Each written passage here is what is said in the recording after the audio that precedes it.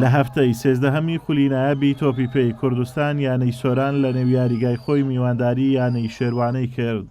لە گێمی یەکەمی یاریەکە هەردوو یانە هەوڵیان دەدا گۆڵ تۆمار بکەن تا خولەکی 45 یاریزان سەنگەر حەسەن گۆڵی یەکەم و پێشکەوتنی بۆ یانەی سۆران تۆمار کرد. گێمی یەکەم بەو ئەنجامە بە کۆتا هات.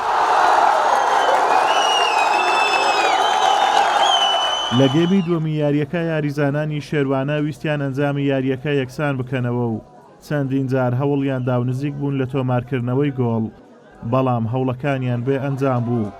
گۆڵ پارێزی یانەی سۆران ڕۆڵێکی گەورەی بینی لە پاراستنی تۆڕی گۆڵی یانەی سۆران. سەرنجام یاریەکە لە بەرژەوەندی یانەی سۆران بە گۆڵێکی بێ بەرامبەر بە کۆتا هات.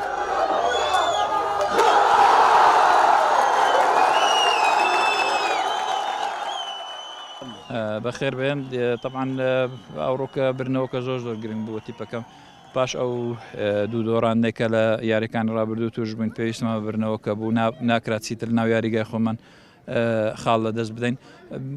یاریەکە یاریکی بە زەحمەت بوو، شێروان تیپێکی زۆر تۆکمەوە باش بوو، شێوازێکی بەرگری زۆر باشیان هەبوو.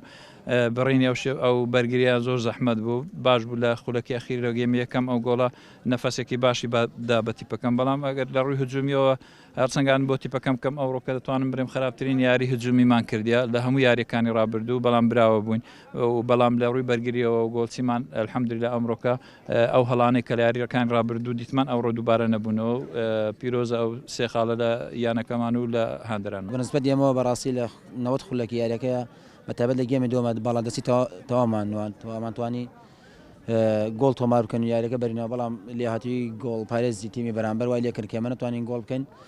بەرحاڵ بەداخەوە ئاسێکی باش بەڵام بێ ئەنجام و لە هەمان کاتە یاری ئەمڕۆمان لەگەڵ یانەی سۆرانە من تقریبان بڵێن 4 یاریزانانی سەرێکی تیپەکەم نیوەی پێکاتەکەمان لە پێکاتەکان نەبووە بەهۆی کارتە ڕەنگاڕەنگەکان و ئیسابەکانەوە، بەڵام سەر ڕایەوەش ئەلحەمدولیلا باشمان ئەنجامدا. ترمە تۆپێنە زۆر جار ئاستی باش بەڵام بەداخەوە ئەنجامی لەگەڵانیە.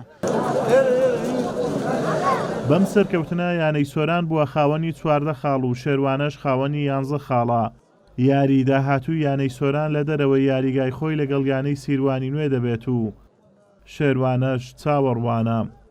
ئازاد ئۆمەراوەی کەناڵی ئاسمانی پەیام، سۆران.